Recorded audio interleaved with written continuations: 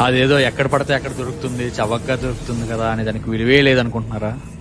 ఉంది. మన ధర్మశాస్త్రంలోనే ఎంతో గొప్పగా వివరించిన మొల తాడు గురించే చెప్తున్నా. ప్రతి మనిషికి అన్ని రకాలుగా ఉపయోగపడే ఈ మొల తాడు గురించి తెలుసుకుంటారా? శివధనస్సుకి వింటినారు ఎంత అవసరమో మానవ శరీరానికి మొలతాడు అంత అవసరం. అది కేవలం లుంగీ పంచెల్ని టైట్ గా ఉంచడానికే కాదు. అప్పట్లో పల్లెటూరుల్లో పాము కాటు వల్ల ఎన్నో ప్రాణాలు పోయాయి. అందుకే పాము కాటు వేసిన తక్షణమే విషం ఒంటికి ఎక్కక ముందే నడుముకుండా మొలతాడు తీసి కట్టేవారు. చికిత్స పొందేలోపు శరీరానికి విషం ఎక్కకుండా జాగ్రత్త పడేవారు. చిన్నప్పటి నుంచే మొలతాడు నడుము కట్టడం వల్ల వాళ్ళు ఎదుగుతున్న కొద్దీ ఒళ్ళు అడ్డదిడ్డంగా కాకుండా షేపు శకలు నాజుగ్గా ఉంటాయి.